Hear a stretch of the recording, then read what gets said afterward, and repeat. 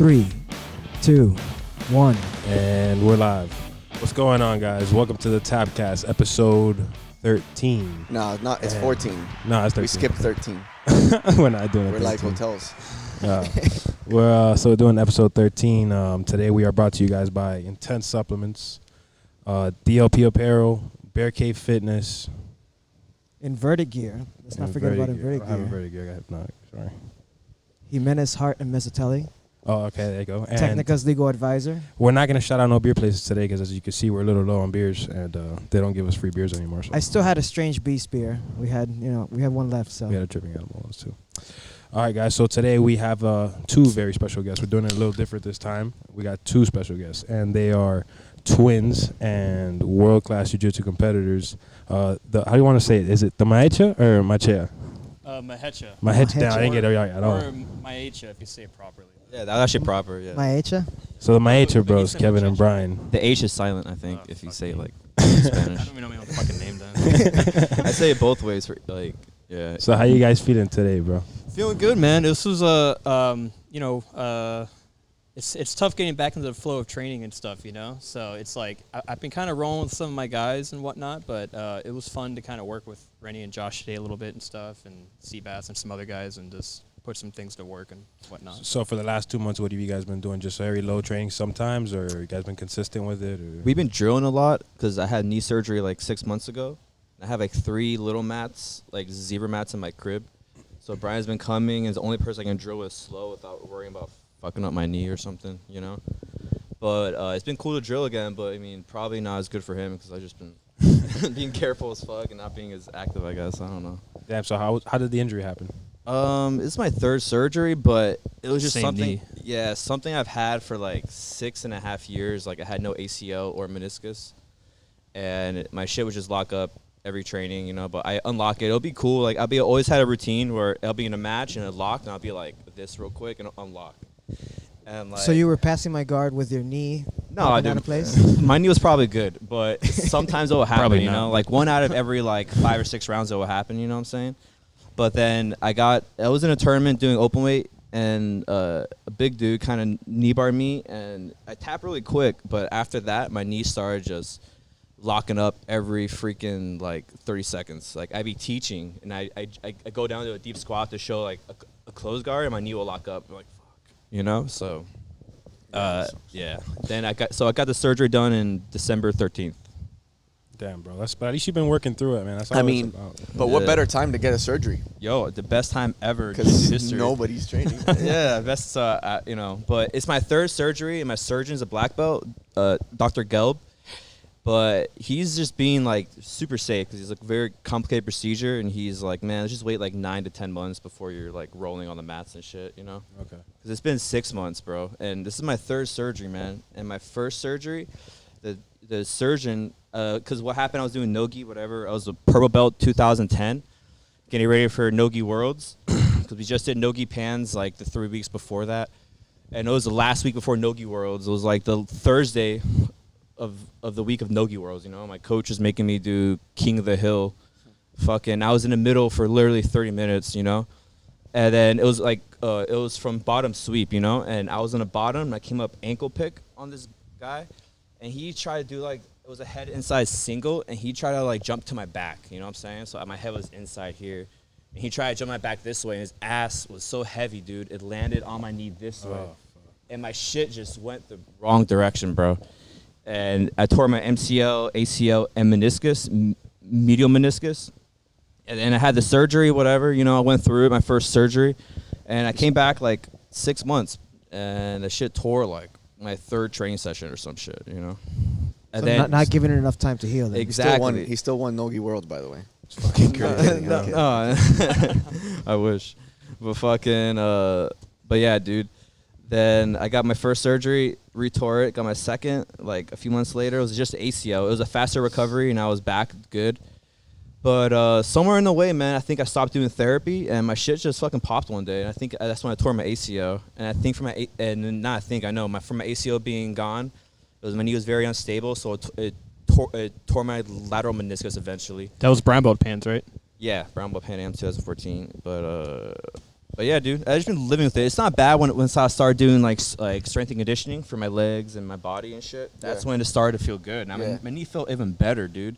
After I started doing that, even with a torn ACL meniscus. But then it's just over time, dude. That one knee bar just like It's crazy how, yeah, you know, because I mean I don't have knee injuries, but I have you know, here and there I have little back injuries. Yeah. And when I'm doing my strength and conditioning stuff, I feel so healthy in terms of like I'm sore. Sometimes I'm sore, but when I'm sore, it's from lifting. Or yeah, it's from that's like the best feeling ever. yeah. You're like, oh, I'm doing something right. Yeah, You know? Just but like it's I'd rather be not get sore from injured, lifting than being sore from like whatever. But yeah, but then it Exactly. takes like one hyperextended like knee bar, somebody to crank a little too far. You waited like just a little too long to tap, and that's it. It went too far, and now you'd like revert back to like 6 months ago. You know, and I was hanging on like thread already, and that knee bar Yeah. just made it over the edge. Just like, Yeah, fuck. yeah. You I just pushed it waited too like much. that split second too long. Like fuck, I should have just tapped. Like 6.5 years, probably like longest I could have gone normal. Yeah, but what, you get back on your strength and conditioning, and it'll be right back to normal. once No. you I know. mean, because I didn't have my ACL and meniscus for like 6 years. Yeah. And then I was seeing how long I can push it until I couldn't even walk anymore. Then I was like, fuck, I need to just get a surgery. Yeah, I think it's better if you have both legs, man. For sure. Especially for jiu-jitsu, it's kind of important. Yeah, it's true, man. You just get kind of too like blind and focused sometimes on tournaments, and then you forget about like when you're fucked up or not. No, for sure. I think that's one of the things, especially when we're in our 20s, like our early 20s and teenagers and stuff like that. We just start training, and you don't realize that there's the cliche is that it's a marathon, not a sprint, right? So if you want to do jiu-jitsu long term, you kind of have to like Take care of that shit. you have to manage your body correctly. Like if the same way that you would a car that you would want to keep for a long period of time, you have to change the oil all the time. You've got to do the maintenance on the car. So it's the same thing, except our body's much more complex than a car. Yeah. So it's like That's those a good same principles apply. Like if you want to last for a long time, you want to perform. That's the only difference with me now and me like 15 years ago or so, you know, was like 15 years ago I remember. When did you like, guys start training? Started training. First started training in 2004, but we were kickboxers then. We were like amateur kickboxers, and That's then fucking gangster. our first time rolling was our kickboxing coach had like a Boss Rutan DVD, and it was like the old school ones. Remember the old school Boss DVDs? Yeah, man. And then Like in a bar? it was in a bar, and he was Yeah. like, "Look, man, this is how you deal. Self-defense. This is how you deal with the guy in the bar. You know, let's say he has his legs crossed. You come up to him real slow, and then you hold his foot, then you fucking push his foot down, and you break his knee off or whatever. You know." But like our first submissions we were trying to do to each other were like heel hooks and shit, and we didn't know what the fuck we were doing, and it was so bad. Like our kickboxing coach would like grapple us both at the same time and triangle us and shit, and like have me in a triangle, have Kevin in like a footlock or whatever. But you know, like whatever. So we started jiu-jitsu like for real, probably like 2007 at ATT, Coconut Creek. We actually walked in the door, and Mike Brown was like the front desk guy there and shit, you know. So you guys knew who he was at the time, right? Because that's like around when he was becoming. I only knew him because he got submitted by Genki Sudo. I was Yeah, like, but he oh. was already fighting. He was But already. Mike Brown's a bad motherfucker. Oh, he's Awesome. fucking one of the most beast people I've ever Were trained with. you guys already watching MMA and stuff like that walking into ATT? Yes, because we were already amateur kickboxers for Because of 5 MMA. years before that. Okay. And then naturally we got attracted to mixed martial arts, trying to do it on our own. But we did like 3 years of like YouTube jiu-jitsu pretty much. you know? But dude, all right, look, we did a Naga, all right? I remember this. It's yeah. true, dude. We entered the beginner division, okay? And Brian and this is when only did like YouTube jitsu. We're just we didn't know the fuck we were doing. We had no coach, but we're just looking at shit. Brian did beginner division. He got 4 fights and won.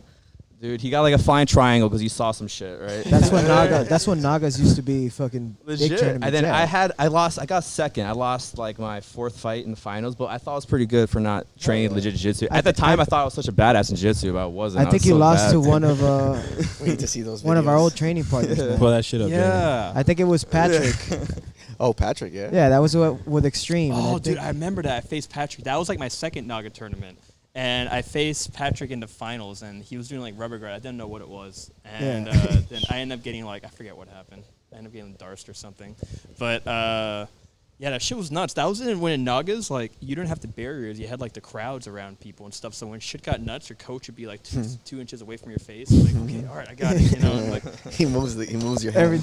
Yeah. That was before the barricade days, which had its goods and bads. But I remember that tournament, man. That was like 2007, right? 2007, yeah, I think so. And then I remember like we were doing YouTube jiu-jitsu, so we would do dirty shit. Like my coach was a kickboxing coach, so he was kind of like dirty already, I guess, But he would be like, hey man, fucking just like don't shave for a week and then start rubbing your chin into your fucking eye. And so then I faced this guy and I mounted him. I started rubbing my chin in his eye. Yeah, he cut him, I think. His eye started to bleed. Hey, it was Naga though, so that was part of it. It's legal. It was legal. Back then, there was I was supposed to like have would have given me a thumbs up, like yeah, it's fucking nice. I was like, because we thought it was like MMA fight in our head. Yeah, it's kind of like MMA fight, right, guys? Yeah, nogi grappling. Yeah, because it wasn't the same as the because I gi wasn't rules. trained in like I wasn't trained traditional jiu-jitsu, or I didn't put a gi on in 2007, and that was ATT Creek, and Laborio was in the class. I was like, whoa, man, this is totally different, and like, yeah, Would you say you guys are bigger fans of gi or no gi? gi. Gi. Yeah. What would you say? Why? Just asking your favorite guards. Like probably like the best. I mean, honestly, it used to be nogi and stuff, but the more I got involved with it, the more I realized it's like the kind of cliche expression is like nogi is like checkers and then gi is like chess, and so it's like I've always like appreciated like the technical part of like fighting, I guess, Which is why when we were originally into kickboxing, what got me more into jiu-jitsu was that I remember I had like a title fight. It was actually a sandshell title fight, which is like, imagine like Muay Thai with like takedowns or whatever, That's pretty much what sandshell is. And it was like the finals, whatever, to fight for the title, and I was wrecking this guy, and then he threw like the most ugly punch you could ever see, but it landed square in my fucking face, broke my nose, and like I fucking lost the fight, And it broke my heart because I was like, wait, I was better in this guy. How did I lose? And fucking drove me crazy. And then, but in jiu-jitsu, I realized if you're better in a guy, most likely it'll show. It's like the chances of like you getting knocked out, like equivalent in jiu-jitsu, are way less than. Yeah, exactly. You can get kind of like, I guess, a flying submission or whatever, But basically, if you're better than the person, the rule set should allow you to show that, Which some do, some maybe don't. Like fight the wins get kind of weird because it's like if some guy jumps for a footlock but you pass him 10 times, the other guy's gonna win or whatever, But like for the most part, like jiu-jitsu kind of shows me that the better person's gonna win, Which to me kind of speaks volumes of technique and whatnot. But then how does that play into like how do you see? Because I agree with you in terms of, like I prefer the gi, but because I in my opinion, I believe that the decision tree in the gi is much more intricate, much more diverse. But there would be people who would say the contrary, who would say like I can take you in any direction, and like I can take you so many ways, nogi. You know what I mean? But in my opinion, I feel like the thing with the gi is just the number of options. Right, like a grip here, like I can be in one position, and the number of grips that I can make, and the number of options with those grips is going to be exponential compared to nogi. Yeah, exactly. Like in gi, I agree with what you're saying. The guys who kind of like say the contrary, they're not usually high level gi guys because then if you train gi, you see that the trees, the branches and whatnot are so much more expansive in the gi than a nogi. It kind of becomes, I guess, like where certain things, like you see the most successful nogi guys, certain things that they do right are just like the bare bones, like kind of fundamental things, kind of like stepping over the leg, kind of making sure the knees pointed away. Kind of like for me, like the most inspiring nogi guy I see is like probably like Gordon Ryan, just because of the fact that he says a lot of shit, but his actual application of technique's like pretty scary. Yeah, he backs it up too. Yeah. Well, his Gordon's application of the basic principles of jiu-jitsu is probably as close to perfect as you can see. It's the best I've seen in nogi. It's like scary how good it is. Like I remember his last match, I think Substars. Substars. Yeah, Yeah, Substars. He simply just like his strategy was very simple, and it worked. He was like passing, going to mount, head and arm, and then passing. He dominated Tex, bro. Yeah. It was awesome. And the cool thing with his story is that he could have easily become like pretty like a stereotypical leg lock guy, where his like the rest of his game was kind of soft. Because like the stereotype for leg lock guys, oftentimes if I see a strong leg lock guy, my head is like, all right, I'm gonna fucking just slippery his ass, just like pressure him, pass him, and just kind of like deny him and just play super clean. I started Yeah. changing my opinion when I saw him go against. Remember Haley Gracie? He started going for the. Halek? I think Haley Gracie. But He that was a started going size mismatch, though. But my point is that he started going there. I think it was for the inverted triangle or whatever it was. Oh, at the yeah, time. yeah, And yeah. then from then on, he started actually showing a different side of his game because prior to that, it was like the EBI. Yeah. Yeah, leg man, lock Gordon's ties. game is super It's well-rounded. crazy. It's super All the well-rounded, Danaher bro. guys, they're just known for their leg locks because they They kind of cat- like early they on, found they that caught they everybody. found that cheat code in the game, and they're like, we're gonna show everybody this cheat code for a while and let them catch up. But now it is But kinda now getting to the everybody point. knows kind of the leg lock game, and now they're like, well, we can still beat you with everything else. I remember watching him at Substars. You know, I was lucky. I was able to go to take photos, and I was right there up close with him. And it's very similar to like in wrestling. You know, it's just basic fundamentals, but it's very micro little adjustments you do to the fundamentals that help you. And like when I was watching him roll, there was stuff like, to just get his hand a little closer, he was just there moving little by little. So it's like those little things that he does is what makes him better.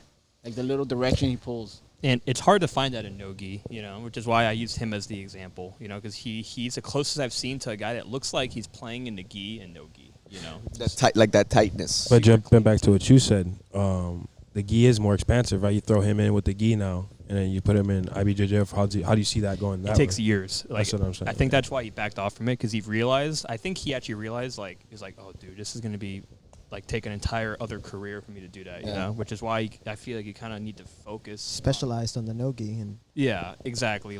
he did go IBJJF and But nogi. do you think? and, Do you guys Yeah, think distorted. that but that was no. Yeah, but the gi is a whole. Do you different guys world. think that you can make the transition from like being a gi guy to an elite no-gi guy? Like, what's easier, going from gi to no-gi or no-gi to gi? Like, gi to nogi? That's what I think for for sure. sure. Yeah, I think Gita Nogi, because statistically, it's changed in the past two ADCCs, but before that, a majority of the people on the podium were IBJJF brown and black belt medalists, whether it was in Pans or Worlds. And then, for example, Gordon Ryan's changed that in the past two ADCCs, but before that, the only person that was on the podium that was, it was a 2014 ADCC, I forget which one, but the only person that was on the podium that wasn't an IBJJF brown or black belt medalist in Pans or Worlds was Rustam Chasiev or whatever, So Yeah, Gordon's Harry changed it Beast. the last 2 years. So the Danaher crew of guys, and then they're kind of like affiliate boys like Lachlan Giles and the other guys. They've kind of like changed that. Elevated the game, yeah. Definitely Or elevated. brought in the more pure nogi game in it too, like the leg lock world at least. And But I heard something interesting from Keenan the other day. Keenan's always got interesting things to say. And he said they asked him about his opinion on nogi, and he said that nogi is imploding. He said that he believes that nogi is imploding and it's becoming boiled down into it's either a takedown or leg locks. In order to be elite in nogi, all you have to do is you have to be really good at takedowns, really good at leg locks. Like, you don't have to be, your guard doesn't have to be elite level guard. You just have to have really good leg locks from your guard. You have to have, you know what I mean? Like, Yeah. You mean like a wrestler just not being And- able to being taken down, or well, it's just saying like, Well, that too. like think about it. Like, to win, what do you need to win ADCC?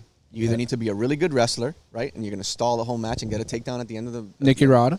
right? Or just bully them during the You're overtime gonna Nicky rounds, Rod, so. or you're going to be a leg locker who's going to be able to pull guard and leg lock. Yeah, I definitely agreed. I think there are standouts. For example, a pretty iconic match for me in terms of the pure jiu-jitsu style can still work, but I think it's just the skill ceiling of it is impossibly high. That the skill ceiling of getting into leg lock scrambles and whatnot is a little bit more easier for people to get in. That's why the traditional jiu-jitsu approach is that you're not supposed to teach. I guess the traditional old school approach is that not to teach people leg locks too fast because it's kind of like a quick and easy submission to get, I guess. Sure. But the match would be Gary Tonin versus Lucas Lepre in ADCC. What was it, 2015? I think. I forget which one it was, but it was pretty clean, and it was literally Lucas Lepre just playing a clean knee drive game past Gary Tonin maybe 4 or 5 times, and was trying to submit him. Gary Tonin would replace, try to go for a leg lock. He would defend, then pass again, But then again, that's Lucas Lepre, probably one of the best pressure passers in the history of jiu-jitsu. Yeah. Yeah, I mean, you can definitely apply the old school principles of jiu-jitsu to today's no-gi game and still be successful, in my opinion. But I think for the mainstream no-gi tournaments that are going on, what they want to see is they want sub only. So it's nobody wants to see you pass somebody's guard. Like, well, maybe I do. Like, I like to see guard pass. I like to see positional dominance as much as the next guy, right? But the average guy or girl, Yeah, people like to watch finishes. They People wanna like to watch see a sub. knockouts, submissions, and so chokeouts. it's like who's getting, But even at those sub-only tournaments, then people end up finding that loophole where they ride it out to overtime, and Yeah. then that's where you Well, get that's your, where- that's where you yeah. get your Yeah, but I results. think- It happened. It's happening in a lot of tournaments. Yeah, you that's know the what I'm problem saying? with EBI rules, in my Yeah, opinion. that's what happened. That's what ended up happening. Now look at EBI. It's not even near what it was back in the day. Like Chad Mendez beat Jeff Glover, remember in that sub underground? Yeah. And like it was an overtime. He like survived or some shit during the round. And then the EBI rules, you do the overtime back or. So I don't like overtimes, man. Like, I mean, That's what I mean. look Yeah, at I don't like the EBI match rules. last night. The TC fighters, Jay-Z, Frample. He just had to escape in 10 seconds. He won the fight. He had a good fight overall. Frample. I think Jay-Z is a fantastic guy, and he showed his skill. You better say that, because if not, we'll bring him back, and No, he's Just like you challenged Mika. he's bro. an he's an animal. I Just mean, kidding. Go ahead, Roman. and he did win the match, but the good thing he was dominant majority of the match. But when they went into overtime, how it was is Jay-Z was trying to submit his opponent.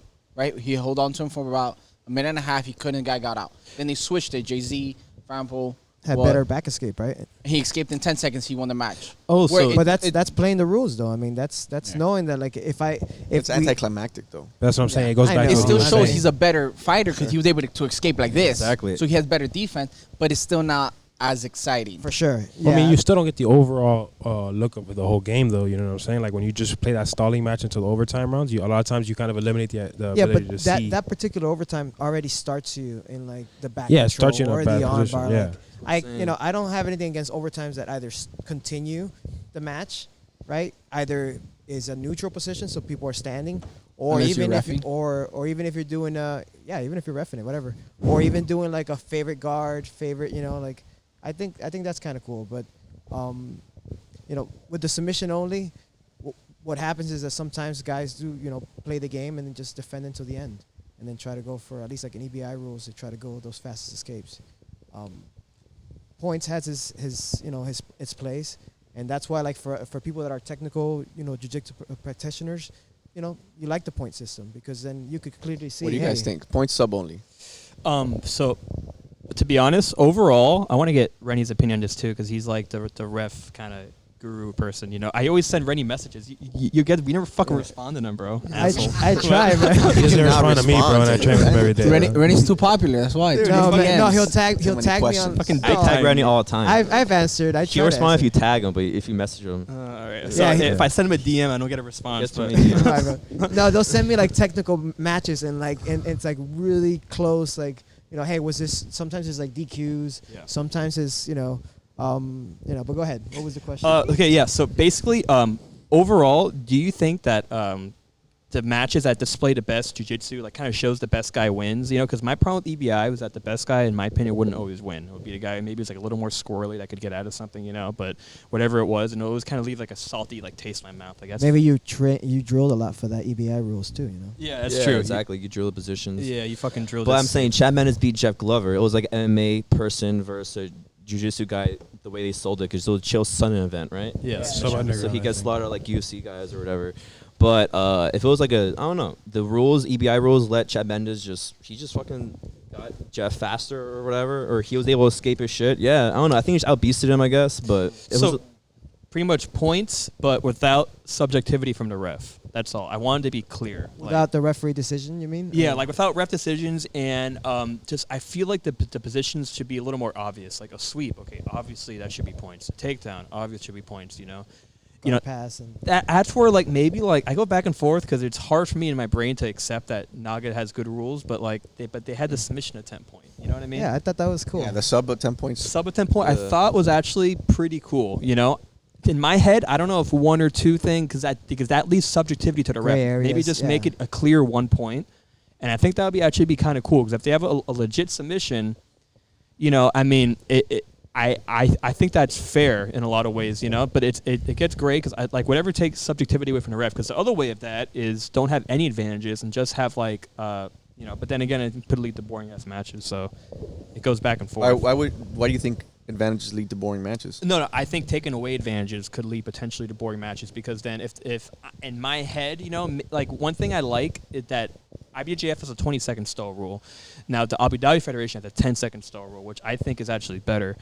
And that's nice. I didn't know it was 10. yeah, it's a 10-second one. So then it forces you to kind of progress faster, and it's a shorter match time. Instead of 10 minutes, it's 6 minutes. So they're just trying to push action a little But they more. use the same point system, right? Same point system, but they just have a 10-second stall time. You know, because I feel like if they had a 20-second stall time, I don't know how many matches I've had where the guys held 50 and just like made the face like they're going for something, so they don't get penalized. And I'm just like Because they waiting stop, they count into like 18 seconds, and then they Exactly. move, and then you as the ref, you can't really call him for stalling anymore. Exactly. Because he just did an attempt, and then they reset the timer. Yeah, I mean, Like it pissed me off. Like I remember Kevin had this sick run at NY Open. He just beat who the fuck was the first guy he beat? Tough ass guy. I forget his name. Sorry, man. Super Bolo. What's his name? Darson Hemmings. Yeah, Darson Hemmings, and then he beat Johnny right after. And Tama? then no, Johnny Grippo. Oh, and Johnny then he faced Silvio Duran, who's honestly like Savage. he plays like he's one of the nicest guys when you talk to him, but he plays the most annoying game. Sorry, Silvio, but whatever. But fucking you know, and he knows it too. Like I've seen him in matches.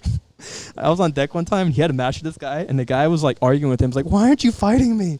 Just get up!" Because he just held him in 50 and held him in the footlock for 10 minutes straight. He just looked at the time and just played the rules like right away. 18 seconds. Okay, I'm gonna make a face, you know.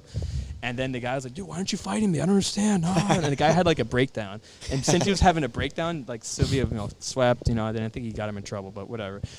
Pretty much, Kevin had a sick run, and then he got stalled out by Silvio, and then it was very anticlimactic because we were hoping he was gonna face what's his face, Jamil Hill in the finals. Yeah, he just has a strong 50. It is What do it you is. guys think about a thought of sub only, but only, you know, the waist up? Like, you know how like in wrestling they have Greco-Roman what? wrestling? What are No, you asking? 'cause no from- leg locks? No, leg locks. You know how like in Greco-Roman wrestling That it's... eliminates a big part of the game, bro. That's 50% of the body. Yeah, but I mean, it's the same for Why would Greco-Roman. you just say, hey, let's just take off? Yeah, John 50 Danaher would shoot your ass for saying Yeah. that. Yeah, but again, I know what it- you're saying, though. Hey, I you know what what? you're saying. Leg It's a locks different style only. of jiu-jitsu. But, like, honestly, bro, like, I don't think you need to take away anything, bro. Just let jiu-jitsu Oh, run. Use anything, bro. Like, use the gi. You know what I'm saying? Like, If anything, they should add more. I feel yeah, like in I the think they gi, should just let everything happen. like let black belts open up the game more. You know, let them. You know, they will do a No, heel they can hook get or reap. hurt. You, know You what can I'm get saying? hurt. It would change. It's I for think we your should allow safety. joint manipulation. They should let us rip our fingers. It's like pinkies and shit. Man, to fucking be, bite shit. Bite. man, to be honest, I've been to certain gyms where they allow heel hooks in the gi, and it's not that bad in my opinion. It's actually Nah, easier it's to not. defend a lot of ways. I think it's I dope. think Hensel it's harder to Gracie's defend the heel up hook in- in the in- gi. Fort well, it's Lauderdale hard. and It's hard. Weston, those guys play hooks with Yeah, the gi. that's exactly what I'm talking about. Yeah. Like It's first- cool, man. You know, just let them know at least. Yeah, exactly. Yeah, it's kind of like a sucker thing if it happens right away, right? Gotta reset the camera. Sorry, bro. We're not Don't worry. experts No, yet. Roman's just leaving. Can you move the fan? We offended him with this Cold? comment. He's like, Yeah. fuck this, I'm out of here. Hot as fuck. This is my last pair of shorts, and they're mad short. They changed. And I heel hook your teammate in the final. Who was it, Gabriel? Gabriel was a purple Yeah. belt. We I'm didn't glad- know I'm heel glad hooks he were tapped. allowed. We didn't know if heel hooks were allowed until that Yeah, I morning. think- Never mind. You put the fan. Who put the fan up there? Just be honest. Just I don't know, 'cause I was freezing. Oh, okay. Wait, you saying? Oh, when back when it Yes, was at the first, bro. tank. Customer service. Sorry. Yeah. no, Yeah, the Tank Brewery. That's actually a cool spot. It was, dude. It was only Shit was dope as fuck. purple belts, and he asked me if I wanted to go, and I was like, all right, let's do it, dude. And for money too. I'll do both weight classes because it was all like purple belts and 2 black belts. When So- they used to pay. Yeah, and I was like, all right, dude. If I don't submit these guys less than 2 minutes each, I'm gonna be really fucking mad at myself because I was actually nervous, more nervous than going against a bunch of It's black crazy, Because you have right? more to lose. Yeah, Because I'm you know. like, dude, I'm just like jump in this shit, dude. And I remember I had some match with this Wagner, my friend Sam. He's actually really cool and started training with us afterwards. Whatever. Sam McCoy? No, Sam No, Eckstein. Yeah, Eckstein. That's Eckstein. the C-jitsu guy, bro. Exactly. Yes. He's really cool. Then He's you know, good whatever. fuck, After the match, I was being cool with him, invited him to my training. Then the next See him. match has Solon from Hensel Gracie Weston, which is a big motherfucker, dude, and he's pretty athletic, man. Yeah. So, but whatever, you know, it happened. I hope I didn't hurt his arm too bad, but it got him in an arm bar. Okay, then I was like, okay, I have 2 more in the finals, and and Alex told me he was gonna pay me $500 each if I got a sub. So I had Benjamin. Kunzel. That sub was fucking so. Yeah, so the knee sick. bar, dude. Oh, and that shit was then- hard. That was from your spider, Fuck. right? yeah, Spider stomped to the outside. Oh, dude. Yeah, That was it's Kevin's fucking- best sub. It's like my ace in a hole. I always try it. But whatever. And then afterwards, I had your friend Gabriel. Yeah, from Ghost Squad. Exactly. He's a tough kid. And But he pulled to a triangle, and I went to a heel hook in the gi. Yeah. Yeah. And like, he pulled to triangle. Yeah. I don't remember the match. He jumped to he hard guard pull or something. I'm glad that he respected your heel hook because He would tap before he heel hook. No, let me do a heel hook in the gi, bro. It's the only time in the world ever be able to do this shit. what a bully. But you know what? Hey, But I didn't rip it. I just got it and I remember he tapped pretty quick. Because he started tapping before I had it. I was like, Oh, he knew what was coming. I was like, let me at least get it. All right, then I remember there was this tournament. It was like Grappling Industries or something. This was like 4 or 5 years ago, and I went out there with Hans, and it was they allowed heel hooks in the gi, and Hans was going up against this one kid, this one black belt dude, and I don't know what he ended up in single leg X from the bottom. And I remember Hans going like this and going to rip the heel. I'm like, no, Hans, you can't heel hook in the gi. Dude, he could have won the match. He lost. He got smashed. He let it go. He got smashed. Right after he's like, the fucking heel hooks are loud, bro. Dude, Hans, I know you remember that. Hey, story. but you know what? Hans has a funny story because when he first started, I remember him being a white belt in Naga and heel hooking the guy, and then getting up and celebrating, and he gets DQ'd. So That's karma. yeah. Jiu-Jitsu gods. No, I remember when I first started training Honestly, at that's what I think. Technica, my first few rows were with Melo, Matt, and Alec. And all of them said, oh, we don't know this guy. Let's go for his legs. And I was so confused because, I was practicing jiu-jitsu already a year and a half. And I went a whole year and a half without nobody attacking my legs. So out of a sudden, I have these guys that love leg locks, and all of them just tackling my legs. I'm like, it was all just such a surprise to me. It's a different game. Yeah. Yo, how does it We feel? don't even play leg locks anymore. I don't know what you're talking about. How does it feel having Just play with Glocks. a twin brother specifically too, that you guys both have the same goal, which is train jiu-jitsu, compete in jiu-jitsu? That's cheating. I think, it is. like a It's like cheat cheat code. codes. It's cheating. Exactly. You guys But are I think freaking- because you always have someone to talk jiu-jitsu with all day and practice whenever you want and explore the game because he has his own brain. I have my own brain, so it kind of it covers more angles. You know what I'm saying? It's like stronger one person. And I just remember many days just driving back from training, driving to training, talking about nothing but technique and shit and what's going on and just to, you know. Yeah, we'll talk a lot and the trend and where things are headed, you know. So it's so we can kind of make adjustments to make our game still kind of work, you know, because especially Spider Guard heavy games aren't that common in a lot of competitions and stuff, you know, because what happens a lot is a lot of people follow the meta, which is a term for the game within the game, kind of, you know, so you have the game, which is jiu-jitsu, and then you have the meta, which is what's happening right now, which means 6 years ago, everyone was doing 50-50 and no one knew how to defend it, so you would lose a 50-50, right? But now it's a little less common, a little more dynamic. People are switching from 50 to fucking inside senkakus and stuff and kind of expanding the game a little bit more, you know? And so we'll kind of talk about the meta on what is it where it's going, how it is now, and then we can make the adjustments to kind of work things out and stuff, you know, and kind of figure out what our core system and game is and shit. When was the last time you guys competed? Europeans. I was the last one, and that was the last one to happen. And Beginning then of this year, right? yeah, and then everything shut down. It was, I was a week away from Pans. I think they canceled Pans a week out or something. You know. Yeah. You know, 2 weeks out or something. It sucked. I was deathly ill right before. I might have had corona. I don't know, man. But you know. I'm trying to get that antibody test, man. Yeah. I want to just get it. I want to get the antibody test so I can tell me I already had it, and then I can just fucking. I'd be hyped as fuck if I had I'm it. telling you, bro. I'm I gonna kind wear. of hope I had it. I'm gonna wear a cape and shit. I'm gonna walk my fucking superhero. This is how we're going to do it. You want my blood, bro. You One of- want Yeah, it. right. Get the fuck away from me. If you haven't had corona, get the fuck away from me. Yeah. This is how I I'm need going to my look at it. people, bro. One of Matthias's close friends, she family's gonna go get the antibody test. That means she has the antibodies. That means for a fact Matthias has the antibodies. I see Matthias every day, so that means I have to hand the antibodies. I see you guys every other day, so you guys I have don't to know what have you're the talking about, antibodies. Roman. Yeah, you lost me, I bro. haven't seen you in months. Yeah, it's been 6 weeks. I haven't seen. This is the first. This is the most distance we get, dude. Right here. Is that test the one where they stick the thing up your nose? No, No, that's the antibody one's blood. Okay, that's Yeah. better. I They hate prick you. Yeah, I don't want to do that one either. that one. Freaks me out. I saw videos of it, and it goes fucking a half a foot into your nose. I don't want to do that one either, bro. Yeah, fuck that. No, but they say that actually I was talking to one of our training partners who's a doctor. And he's saying that really what you want to do is you want to get the antibody test, and you have to do the nose one that tells you that you're negative, because you can have the antibodies and still be positive. So you might have the antibodies and you still have it. You're still fighting it. So what you want to know is that you have antibodies and you don't have it anymore. I have you guys heard of like you know, I'm sure some of you guys watch Rogan's podcast or whatever, but like they have like the strap, the like whoop strap. I have it. I wear it for my training. It's fucking cool. You know, so Kevin, like for example, today Kevin is able to tell if I'm like a little out of it because he can like look at my heart rate and tell if it's like low or something, you know, or too high or some shit. If it's an optimal range, and you could tell the guy's like super on point, you know. So whatever, it just gives stats and everything. But for Corona, they have a cool, yeah, it's like a little cheat code, you know. And No, I just want to go back because since we were talking about you guys being twins and having that option to drill and train, you know, it's you know, it is a little cheat code. it's the closest thing to a cheat code. Like Mikey and Tammy, they're like the main train partners to each other. You know, Mikey maybe had like roles like with his guys a few times a week, I think. You know, but mainly his training would be with his sister. At least it used to be. Back Meows. In the day, Meows. Yeah. About to adopt a twin brother.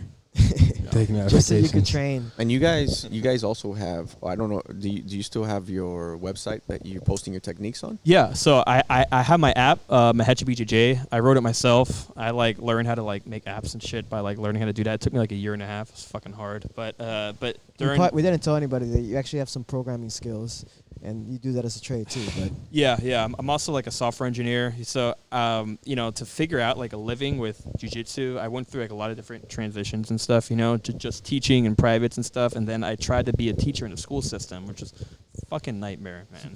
And I thought the fact that I trained would actually like help me out with the kids, but it was actually the complete opposite. It was 10 times worse because then I just had like 30 black kids, like 10 years old, trying to fight me and stuff. Because they knew you trained? They knew I trained. So they would like get in my face, and they knew all the right things to say too. Like, these kids are sharp, you know. Like if I got into like an argument with them, they would shut me down, and I'm like, fuck, dude, these kids are like shutting me out, you know.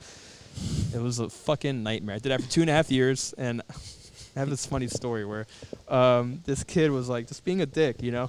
And you know, I never touched the kids ever, you know, but I kicked one of their desks, and usually that just spooks them. But you know, that's gangster, dude. But do you remember in school? Like animals. But Kick the fucking cage. but yeah, it's what it was. But do you remember in school, like between like breaks, they would polish the floors and shit would be extra shiny? Yeah. These fuckers would polish the floor, so the desks were extra slidey. I swear to God, that's why it happened. But I kicked the desk, and the desk flew, and it pinned the kid against the wall. He was like, oh, and I was like, oh, and then this kid, this like the tough kid in class, you know, he was my worst period. It was 6th grade fucking history class, and this kid started crying, and he's like, I need to call my dad. He called his dad, who was a principal at a fucking school. I was like, wow. Oh, so and then the bell rang, and all the kids left, and then I just sat down. I was like, I'm gonna get fucking arrested, and then like this is it, you know, and then fortunately, the fucking assistant principal and principal kind of had my back, and they kind of like not covered the story up. I don't know, I'm kind of blowing it out, I guess, but they kind of covered it up, you know. And it's, you haven't said the school, so yeah, exactly. Schools don't watch this. We're Yeah, good. schools don't watch this shit. North Miami Middle, but you know, but it was, and then they kind of played it down. Yeah, you know, he kind of slipped a little bit and hit the desk and hit the kid. You know, I was like, yeah, that's exactly what happened or whatever. And then I wrote a letter of apology to the parents and the kid, and then you know, whatever. That was like the last month of school. And then after that, I was like a fucking ghost. And then I was like, I need to get the fuck out of here. And then that's when I learned how to program, and then did that. So what do you guys, your apps, you put your techniques, or you guys have like breakdowns? So you know, there's two types of techniques we have in there. You know, like I'm actually rewriting it and re-releasing it, hopefully before the end of probably next week or two, if we can get the editing down. You know, because the way the format used to be, if any of you guys have ever seen it, but it would be like 1 to 2 minute videos of the technique, and it would usually be a showing the move, and then kind of have like some cool music in the background or whatever. Different angles. Times, yeah. Then we would kind of have like an explanation talking about it and stuff. So we have about like 250 techniques of that on our app. We you know, would record a lot, especially after training and stuff. You know, we would sneak in a technique here and there, and I edit it on my own and upload it up. And so now we have that, plus we're also like writing real instructionals and stuff. So we're actually like, because especially since we have like the gym to ourselves, because it's pretty much just empty, so we can record, and we have some mics where like we can actually talk. Because one of the reasons we did that format before is because we would usually do it when the gym was packed. So if we talked, it would just be so much feedback and noise and shit. It just wasn't efficient. So we would just kind of have like the music kind of drowning it out. But now we kind of have the opportunity to kind of use the gym to ourselves in this time. So we've been recording a lot of actual instructionals and stuff. you know, for like different, you know, like open guard fundamentals. We have one for lasso. We're gonna have one for double sleeve spider, collar sleeve spider, and stuff. So. And this will be available on the app? Yeah, on iOS and Android. And, like, I used to do, like, a subscription thing. You know, Rennie was a member, I think, for a while. We But supported you, man. yeah, I appreciate it. But I used to do, like a recurring payment thing, like just like what a lot of guys do. But I think I'm just going to make, like, a one-time payment. It's easier for me to kind of, like, keep track of my expenses and whatnot, to just have, like, a one-time payment of, like, $30 or $40. I'm not sure. And then they'll have access to the app, and it's all real-time stuff. Oh, that's pretty cool. Yeah, it's It's a good value. Yeah, it's pretty clean. I can show you guys the like demo when I have my phone later, but it's fucking you know, it's pretty cool, especially now. Like what's crazy is that since I'm like know more about the programming space now, like what took me like a year and a half, 2 years to make, I wrote in like 2 weeks, you know. So I'm making like way more progress than before. Nice. So you know, the current one is out now, and then you know, if anyone gets that, then you know, I have like a special coupon to get the new one for free or whatever. My man out here making sales. He's like, I got Yeah. coupons, Yeah. I got discount. Mahecha BJJ. A future sponsor of Where can- Tapcast, but Where can where if you guys want to see it, where can they find the app? Where can they get access to it? it's just Mahecha BJJ on iOS or Android. If you look it up, it's free to download, and then you can kind of poke around. But then if you guys want to look at the moves, you need to, you know, pay me. You need to sign up. Yeah, For sure, we'll make sure to promote that here for sure, man. Yeah, for sure. Yeah, you know, so that's something that's hopefully getting released within like the next like week or two or whatever. So somebody's wondering, you know, obviously, you know, a lot of tournaments got canceled because of the whole Corona thing going on. But, you know, eventually things are going to start opening up. Do you guys have, for example, any specific tournaments or any specific people you guys have in mind that you guys want to go against? So in terms of competitions, you know, me and Kevin talk about this a lot because, like, for example, Kevin did the Substars, and so he was technically the champ at like both weights or whatever. And then I think he was lined up to face some guy for like the fight for the title or whatever, you know. And the thing is, like, I don't know what it is, but a lot of those comps don't get us as excited or motivated, you know. I think I kind of like to chase, like, I like to chase these titles and stuff, you know. So in like IBJJF and whatnot, it's very prestigious in that regard. So that's always been kind of like my focus on trying to like win those big tournaments because, you know, like it just has so much history, and it's like the best jiu-jitsu guys come are like they're successful in those types of competitions and whatnot. You And know, it's a lot of, you get a few matches, you know, you're gonna have a few matches instead of just one match. Exactly. As opposed to in a super fight or you know, The issue is making a living too. You know, That's what, the hard What do you part. want to get out of jiu-jitsu? If you're just chasing medals and you're chasing a legacy, then yeah, like IBJJF, ADCC, Abu Dhabi, those are the ways to go. Yeah. But if you're trying to make a living for yourself, nogi, you know, is what pays. yeah, I That's think true. it's true. It depends on your motivation. You know, like for example, like when guys come at me with offers, like we get offers quite a bit about competing. Like that last one, I think the Substars Alex, you know, like he who must not be named, like Lord Voldemort. Do not but, say his name. But To bleep that out. yeah, Where's that money? he wanted to like get us on the card and was like he trying wasn't to. gonna pay you anyways. Yeah, he wasn't gonna pay me anyways. But he was hyping it up, like, you know, oh man, I'll pay you this and that if you can get this and that. But it wasn't like enticing to me, you know, because like I don't need money from jiu-jitsu to like make a living off it, you know. So it's like I feel like it puts me at an advantageous position because a lot of people who are 1,000% in jiu-jitsu, they like a lot of them kind of like live off of those like comps that they do. Like so they'll sign up for literally every single fight to win, every single submission underground, whatever they'll fucking whatever they can get it, and they'll make a living out of it, you know, which I think can hurt your motivation to achieve like to really like, you know, aim for the prize or whatever. you It know? all could be, you know, bad for your body. You know, if you got an injury or something like that, and you need to take a rest, but you're here competing just to get that money. Like, you need to understand. You know, you need to give your body time to rest and not accept every fight. Well, you got to value yourself more than an athlete. You know what I'm saying? You got to try to find another skill so you can make that money because, man, you don't want to ever be depending on that and put your body in the line all the time for those people for whatever amount of money. You know what I'm For saying? their entertainment. Yeah. You know, and But even though And we it's- love to do it, and you know, at I the love same to compete, time- love to have fun, I love to fight, but at the end of the day, like, you still got to value yourself a little bit more past just fighting. Well, Yeah, similar to what Jay-Z said you know, 2 episodes ago. You know, it's you gotta be, you know, you can't just think like a fighter, like, oh, I want to fight everyone. You gotta think about your body too. as a manager. Yeah. And I think also motivation, like I agree with what Brian was saying, where like I think motivation affects your performance as well. Definitely. Whereas like if your only motivation is financial, like right, like, you know, I think you're gonna perform a little different than if you really love to fight, or if you're just doing it because like you enjoy the hunt, you enjoy that. Yeah.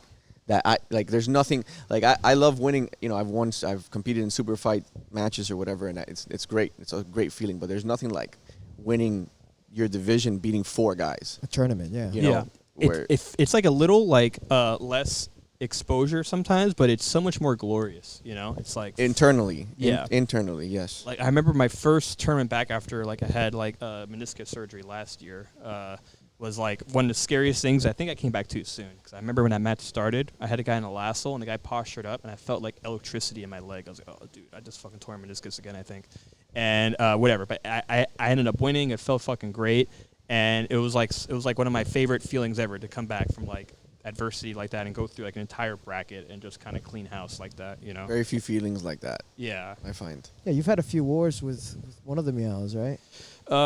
Paulo I faced twice at Euros, but it's and then also Abu Dhabi. The best one, the one in Euros sucked. I was like got my ass kicked. But in Abu Dhabi World Pro that was a crazy one because I was actually seeing. I remember that was like a wild one because it's kind of like a show at the same time where it's a tournament, but the way they organize it is that you can't see, if you're a spectator, you can't see where any of the athletes are until they walk out for their match. So they keep you in like a dark room.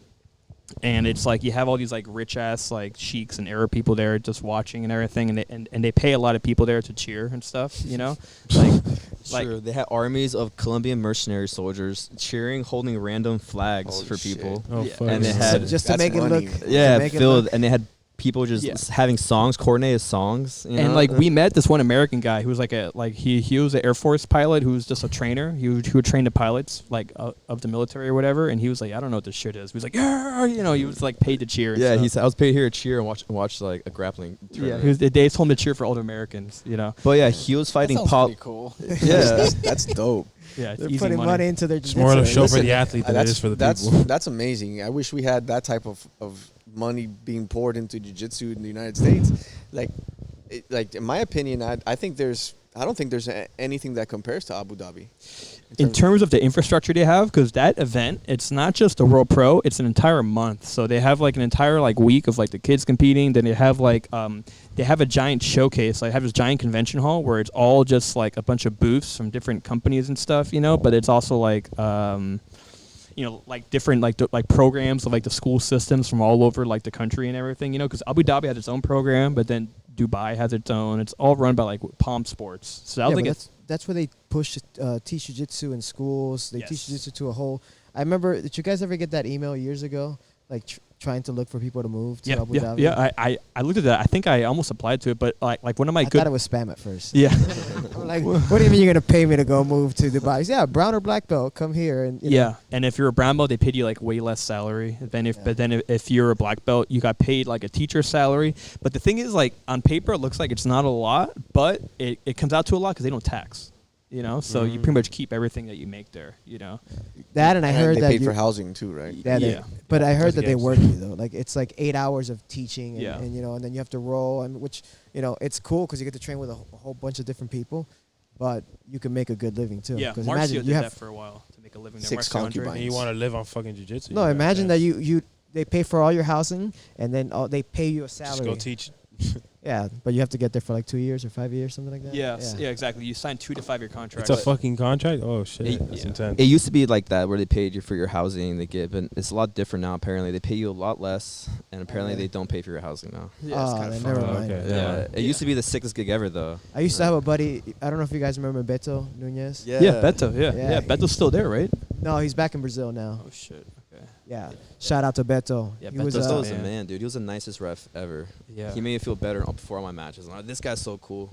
And Yeah. it made me feel good for my match. he was And then- also he's like a 4th degree black belt under De La Hiva too. I mean, Oh, he's like he's old school. Yeah. yeah, Yeah. old school dude. But he would tell us about at the time it was, and they would even give you credit and all that stuff. So it was over there. Like jiu-jitsu is huge. Like I think it's like the school sport. Like instead of going Yeah. to PE, Yeah. you go to jiu-jitsu. Yeah. It makes it kind of weird because the people, pretty much the purpose of that tournament in a lot of ways was to gauge how their guys do against the rest of the world. But if you ever face anyone who's a local, you have to fucking submit them or you're going to get robbed somehow. Yeah, dude. I went there as a blue belt 2010 the first time I went there. And at the time, 2010, I think the highest belt that was like 99% of the belts they had in Abu Dhabi, like as far as from the program. Oh, blue belts. Blue belts, right? So that was where they put all their attention to, because they made us go 6 p.m.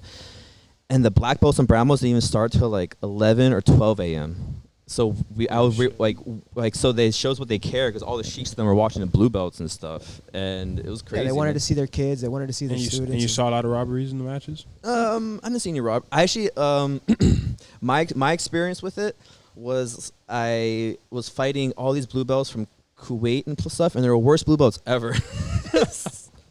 Everyone was really bad, dude. It was like, I remember I had to take a bigger shit because it's 6 p.m. It's a weird time, right? So I just made weight that day before. So I was in Abu Dhabi and I found like a pita place and some other place. So I mean, oh, this is cool. Let me get some like local food shit.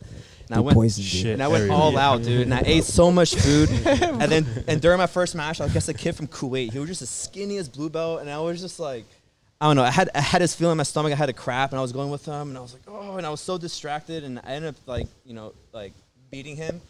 And right away, I ran to the bathroom and like took a giant shit. There was a line there with guys. There was a guy with the gun guarding the door too. But that's comfortable though. Yeah, exactly. Like, yeah, I got somebody guarding me. It's like all for show. But I remember I went through all the crowds and just took a shit on the toilet and stuff. Bare ass, and it was like nasty as hell, like outside. But if you're sweaty as, I don't know. But onto your question. That day, my fourth match was against one of the Sheik's sons, and they moved my mat to the to be right in front of the Sheiks and stuff. And he was being coached by Hensel Gracie on the floor. Like, he was on the floor by the ring table, just coaching him, like, telling him all this stuff. I'm like, dude, so is this like the Sheik's like main fucking like blue belt and shit? Probably was. Yeah, he was like a judo guy too. He was like a brown belt or something in judo. I don't know. Did you break his heart? Did you beat him? Dude, so this is what happened. I broke his heart, yeah. No, but I pulled a flying armbar. No. I said that was in the end. I jumped, I pulled guard, and then had him in an armbar. He wouldn't tap, and his arm just popped in a bunch of ways, and they weren't giving me points. So they were trying to screw me. They weren't giving me points. I was like, what? No fucking advantage, whatever. And then I'm just keep armbarring them, the same arm, and I'm not getting advantages. I'm like, I'm losing this match, and like, then we restart standing, and literally last 10 seconds, I jumped just the most wild flying armbar and just like got his arm. I was armbarring the whole time. And he was instant tap. He was just screaming and crying. His arm is whatever. And I remember I was super hyped, dude. Mad hype. And that was a great experience. You know, that kid was trained to and then he had to run for his life. Dude, that shit was on TV too. In the local news station, they'll show it on TV all day, and they have replays of the tournament. Of you breaking fucking Kuwait's They showed heart. that replay, dude, and I always wanted that footage, man. There's no way you're going to get probably- that. Come you're on. probably Like, you have to wanted pay him like to 10 wait. grand just for that one clip. Right, dude? You better not go back, man. It was awesome. It's over. But then what happened? They made me have a match like 5 minutes afterwards. I'm like, hey guys, I think they're mad 'cause I was very excited. I was like young, I was like 20 or 21, and I remember after I won it, I got my belt and slammed it towards all the Sheiks. Oh, you fucking crazy bastard. That's over. You can't go back. And the fucking ref was like, dude, chill the fuck out, bro. You're going to get shot, man. Yeah, I was like, You don't know where you're at, and bro. I was like, yo, my bad, dude. Because the kid was on the floor still, like holding his arm. And The fucking Sheik's son. Dude, you killed this Sheik's son and then you fucking throw the belt. And what? Did you challenge the Sheik? All you back? see is the Sheik go like I want all of you. Yeah. Are you not entertained? Yeah, You fucking go it crazy. was stupid, right? But fucking, I was hyped. But then they made me go 5 minutes afterwards to Jacob Sandoval. It was a good fight, man. I was just so gassed, dude. I couldn't fight good. But That's then, crazy, look, man. in a funny story, the Sheik's son, arm I broke, he was, we were at the ADCC club training like a week later, and he had a cast on, and he was like, hey, man, you're the one that ruined my arm. And I'm like, hey, buddy, sorry, man. And it was me and Tagarella. We were hanging, like, because he was there too, and we were there, and the Sheik's son decided to drive us around to be nice, and he had like Escalade with leopard print inside, dude. And he had, this is my favorite car. I have like 10 of them, and I'm like, That's the best part of the story. I think he's trying to flex because he felt bad, but he was actually being really nice, man. He took us to a Pizza Hut, and in Abu Dhabi, Pizza Huts are really fucking high class there. And he like really nice, and he pulled up his It's a Escalade. five-star restaurant over there. Huh? Dude, he pulled up his Escalade and parked in 2 parking spaces and almost hit 2 workers, dude. Yeah. And I was like, and we walk out. We're like, sorry, guys. He got mad when he didn't hit him. Yeah, dude. And then we had pizza and hung out with him, and it was pretty. He paid for it. And it was That's kind of nice. like, I swear, Loki is kind of like the Chappelle show, like the Rick James with the Prince when he beats him in basketball, and then he fed us pancakes. Exactly. Then he made us pancakes. Good skit. But yeah, what was it? I was talking about Abu Dhabi before I got derailed. But let me see. Oh, when you're fighting Paulo. Right. So it was a crazy experience because I remember you're in a dark room. You can't see shit, and then they call your name, and then you walk out to the mats, and then you go. But you can't see like what time matches are going, so you just wait who comes back first, and then you know who won that match. So I was watching my bracket, like, who the fuck's going? All right, Johnny's going. All right, let me see if he comes back. He came back. Like, all right, fuck. I would have my match. I would go, and then I would come back. And they'll be all of them will be watching me. Okay, fuck. All right, Brian's next on the bracket. All right, okay. Then I remember before one of my matches, it was like almost like pitch black. It was so fucking weird, and the only light was from the monitor. And I remember before I matched, this guy was like dying from his arms. You know, after a match, sometimes your arms are just fucking killing you. And this guy was like, "My friend, please, I need help." It was like he was like dying, you know, like literally, like, "Oh man, I'm sorry." So then it was like, "All right, Brian's up in 2 minutes," and I'm like giving him like a Thai massage in his fucking arms and shit, you know, and like I'm trying not to get tired. Paulo in the quarters, and then it was like a fucking crazy match, and then but it was weird. The whole time I was trying to find Kevin though, because Kevin was also on deck as well. Yeah, I was on the other side of it, and I remember in Abu Dhabi you have a day before weigh-in. And it's like 170 under or something like that. And I'm like, all right, I'm naturally 164, 63. Let me just, and 146 or 48 is really low to cut to for the next weight class. And then I'm in the room, and there's Satoshi, Gabriel Argis, fucking these two big motherfuckers. They're all my weight class. And I was like, dude, I'm glad I'm not these guys' weight classes. And I'm just in there, I'm just like chilling, you know. I'm like, where's my weight class, man? And I'm like, fucking. That's happened to me before. Yeah, man. And then whatever. And then I like had my first match with AJ Agazarm, and he would do his thing back then, because I don't know if you remember, but back then there was a rule. Remember we would drop down to the knee. You could drop down to one knee, and they wouldn't give you a penalty or anything, like, because now it's considered you're standing if you're off a knee, right? Yeah. Like more than 3 seconds, right? Yeah, if you pull to your knee, if you push him down, then that's a takedown for you. Yeah, so back then he used to be able to And stand up on one knee and just kind of be standing, but not really. And he would just be like this and stall. And like stall the whole time. And but I remember I was just there. I will constantly pass this to the side, but I'll get an advantage. He'd get back to his knee. I would just sprawl out. I'm like, dude, he's just waiting to get like a double or something. It's just the ugliest game. Yeah, but it worked. worked. Take you down and get you Dude, by 2 points. Fucking worked. He got me minute fucking like 4, and then he got 2, because what he was doing is this. He was holding a lapel and just like on one knee like that and shit, you know. So if you pass to the side, fucking he would feed the lapel and come up a double leg or some shit, you know what I'm saying? Remember that? I was when we started doing Nagas with you, actually, because remember we were talking to you and Ryan Cook about that. Yeah, exactly. But then anyways, so I'm in the other side of the room. Brian's in the other side, so I have a match with AJ. I lose by 2 because I can't sweep him back. And then I'm trying to find Brian. I'm like, where the fuck's Brian at, dude? And like I went upstairs. My friend Mateo was here. Mateo Londano. Mateo. Yeah. And Shout out Mateo Londoño. yeah, he's one of the coolest dudes, man. But fucking, I was there. We found Brian. We're on the bleachers. Oh shit, Brian's fighting Paulo, and they had a crazy match. Whatever. Brian lost by points, and then fucking, yeah, we find him and shit. But in that time, he had like 3 matches, while I had that one match. Like Yeah, he was nonstop. It was like back-to-back matches. They just kept running. And then shit. Kevin's always the one who likes to jump into absolutes. And then, you know, he was doing good going through the bracket. And then, what was it? Like, I think it was the quarters or something, right? Was it the quarters or like the one before? But Kevin had Bashesha next. And Kevin's like, fuck. All right. And then, I was like, how You am I guys going weighed to the same, I'm guessing? Yeah. Bashesha just had knee surgery. But Kevin's last matches, he was submitting everyone with like toe holds and shit. So Bashesha's coach told Bashesha not to compete. Because remember, he was, I don't know if you guys remember, but he got hurt by what's his face? Some fucking tough black belt guy. He had a knee surgery and shit. Yeah, because I was his first round fight, and then his coach didn't want him to compete just because he just had his surgery. And he was like, dude, just chill. There's not worth it. You know, because there wasn't anyone big in the weight class. Who was the biggest person? I mean, I'm big. They're obviously big people, but I mean, the main person there was like low or something. I think so. Yeah. But it was funny. And they're boys, you know? Because like the ring corner came to Kevin laughing. He's like, today's your lucky day, my friend. You know, Bashesha pulled out. Yeah, and I was like, he's scared, He guys. got scared, man. He saw like trolling them. I was just, everyone's laughing because you know I was bullshitting them. It's funny. Yeah, his coach told me he wasn't coming. And then we were being cool, talking for 5 minutes, and that was funny. So the Did time you beat want to fight Bouchesha? Bouchesha? Nah, dude, he just dodged me, dog. We can set that up, man. Yeah, I'm sure we bro. can set Put a that gi up. on it. I'm sure we can get Buchecha and Kevin in on a match. Actually, the As last- soon as that Yeah. knee is Yeah, healed. right. Dude, Actually, just the last two people snap to my submit leg. Bashesha were Harder. Then before that, the last person submitting was my coach Taga. No shit. Oh, yeah, that was down here in It was FGL. Remember that shit? FGL, From yeah. a while back. Yeah, it was like a nogi match. It was before Bashesha soft. You can split. find it on YouTube. Yeah. Yeah. you can find it. Dude, and Taga was like, what, 160? Taga was like 160, Yeah. smaller than he is now, and then just was all over him, passed him, and eventually choked him out. But it was before Bashesha was like 220 pounds, I think. Before he was like 260 or whatever. Yeah. Yeah, because I remember watching him as a brown belt. He was like low 200s, like 210, 215. And then I don't know, man. Maybe he got some shit and he grew like fucking 50 pounds or some shit, or 40, whatever.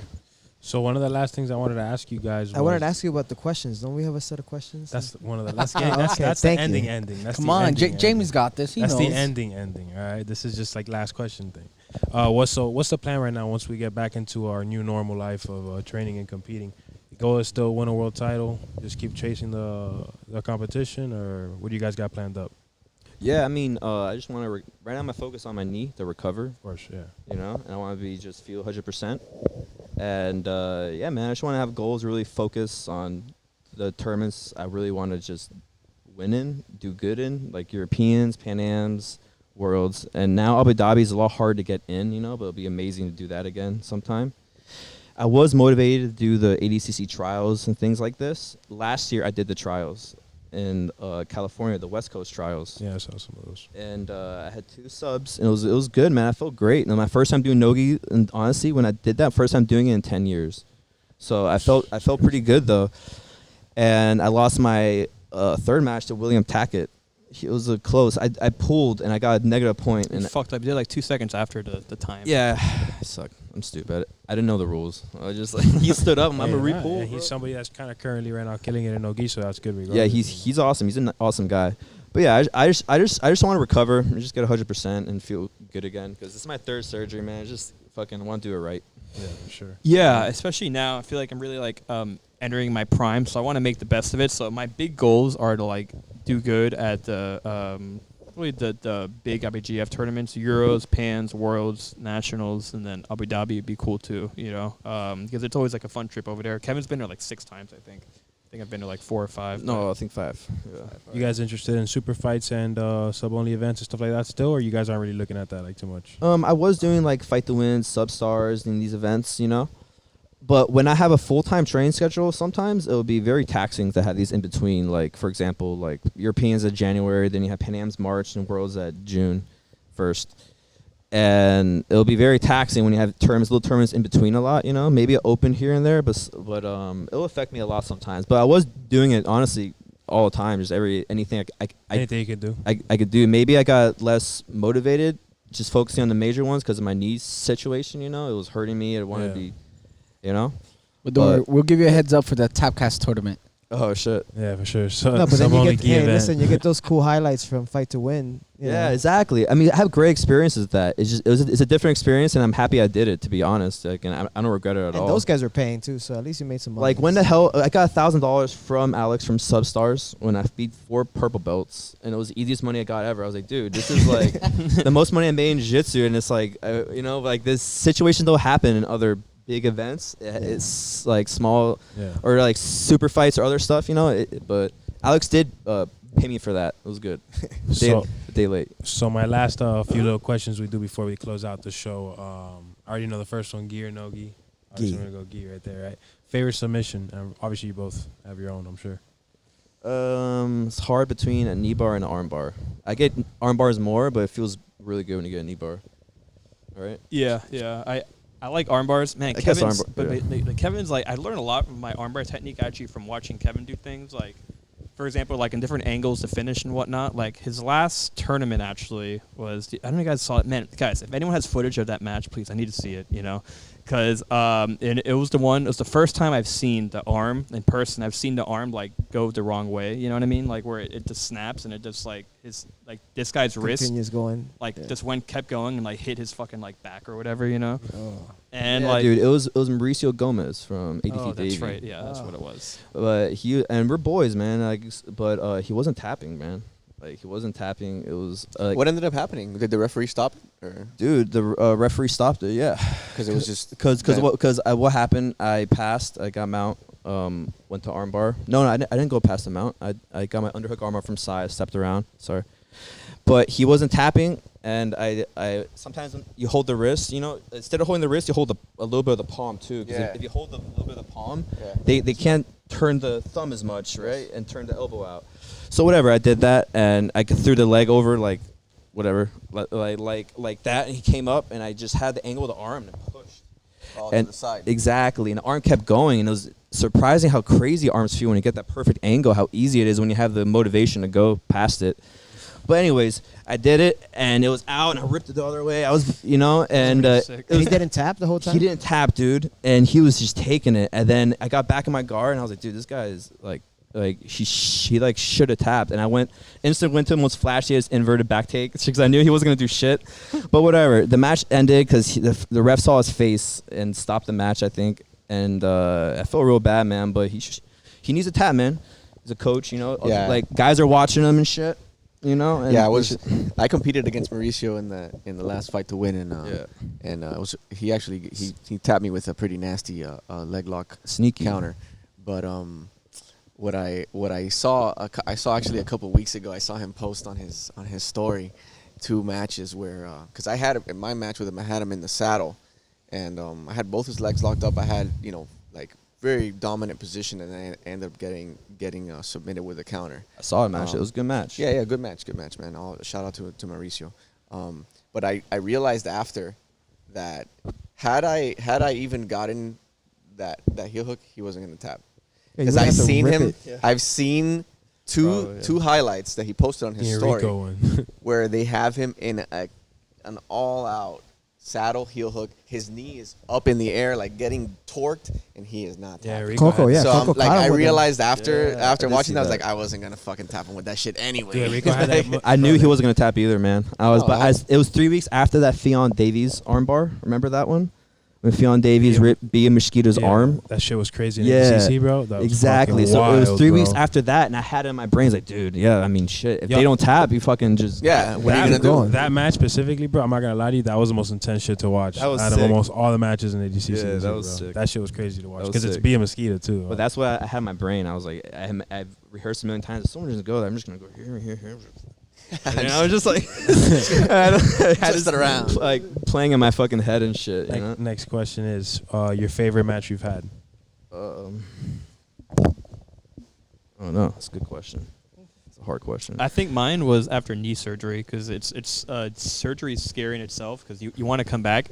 You don't want to come back worse. You want to come back better, you know? So when I first came back from knee surgery, I was probably one of the most nervous I've been, you know, because you don't know how your body's going to hold up. You want it to, like, be good. And then what freaked me out, too, was that my first match back, right when it started, I got the guy in the lasso, and then I didn't have it hooked very strong, and he postured, so I almost, like, heel hooked myself when he postured up.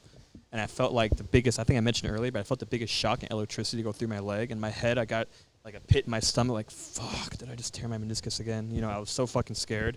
And I kept going, and then, you know, I ended up, like, beating the guy, past him, whatever. You know, I think I submitted him, I forget. But whatever. But I ended up going through the bracket, and I ended up winning that tournament. It was like a Miami Open or whatever. That probably made you feel good as hell, though, coming back from surgery. But yeah, I came back from surgery, and I felt fucking like, you know, like I felt great, and it felt good to come back and feel okay. I think my favorite match was 2014 when I beat Michael Lair at the 5 grappling. Oh, yeah, that was cool. It was a 5, dude, and the 5 records every match, but they didn't record this one, dude. And I was like, what? The one down here? Yeah, the one down here. Remember that? Yeah, at FIU. Yeah, it was kind of like a random location. I think it was at FIU. Yeah, it was FIU. Yeah. But they didn't fucking record it. But Liera, that was a black belt. Liera will be infamous for beating me at the color belts. He always beat me at purple and brown.